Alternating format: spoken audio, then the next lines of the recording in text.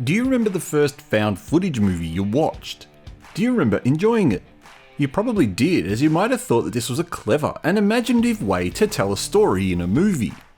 Then you watched more, thinking they'd be as good, and then you realised, wow, these types of movies aren't that exciting at all. Surrendering decent cinematography for shaky handheld camera work is enough to make most people motion sick. Well, for the first time I can remember, China is trying its hand at the found footage genre, a genre usually reserved for horror films, but they've done something different with this. Is it any good? Watch on to find out. Hi, I'm the Artie Dance from Asian Film Fans, and welcome to this review of the Chinese sci-fi drama disaster movie, The Uprise.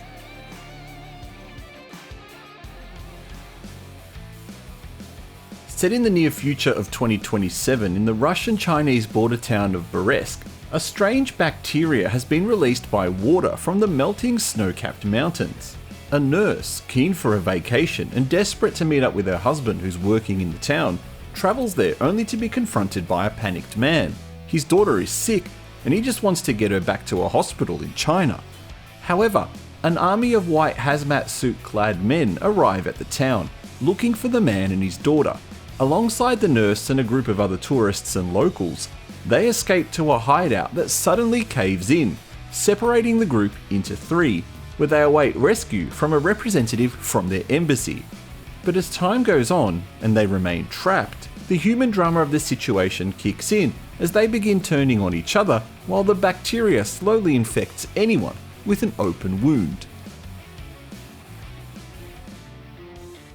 Released just as China was coming out of their pandemic lockdown, this movie seemed like a surefire hit. A deadly unexplained virus, a group of humans desperate to survive, and an army of what seems to be government men hunting them down. This movie pushes the survival aspect by being told from the nurse, Su Ping's, point of view. She carries around a digital camera wherever she goes, a keepsake gift from her husband.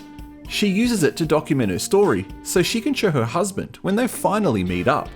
So then, to keep the illusion of a found footage film, the man and his daughter also have a digital camera, but they're using it for a different reason, to document their escape and to get the truth of what's happening in Brest out to the world. The problem is we're never really told what the actual truth is. What is this bacteria and its origins? Why is it so seemingly deadly, but yet no one seems to die from it? Movies like this live or die on their stories and their characters. From the trailer, I was expecting a sci-fi thriller, where this group of survivors must fight against a nefarious government organisation. I had visions of the game Days Gone at one point, but what's served up is a drama, and not a very good one at that.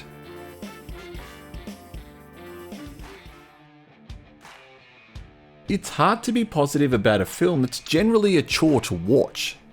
The style of the found footage makes very little sense and it betrays its style. The picture is ridiculously crisp, in sharp focus, yet also featuring a depth of field that's not available to consumer-grade handheld digital cameras. There's no glitching or blurring as the camera shifts, and with the exception of one scene, there's no on-screen display that you'd expect. There are also times where there is clearly no one holding the camera, yet it's moving in sync with the character, both of their hands visible. They also seem to have heavy-duty batteries and hard drives that can record for an eternity. If you want to experience a found footage movie done right, and with some scares to boot, check out the Korean film Gonjam Haunted Asylum. I've done a review on it and I recommend checking it out. Likewise, the characters in the movie generally seem unrelatable and at times detestable. Su Ping, the nurse, is the only character that's really given much in the way of development, with the exception of Mr. Feng, who's also been given a slight backstory.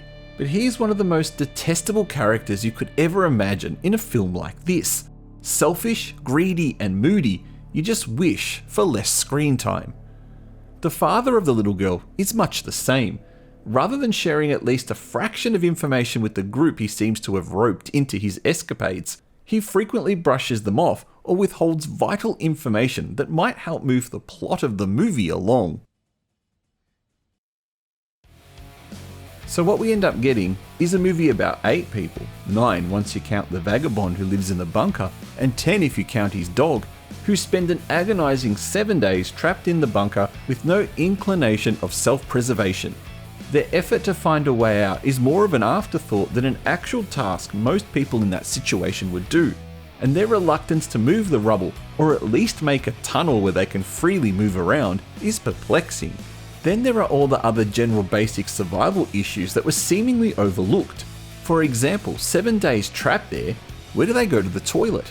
How are they able to survive on the food the vagabond has stored in the bunker, when the nature of the food they are eating, such as birthday cake and cooked meat, would spoil without proper refrigeration?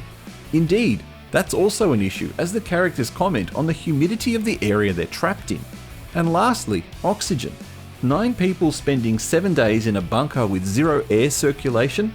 Apparently the average human can survive 12 days in an airtight room. But what about 9 people? How long can they survive?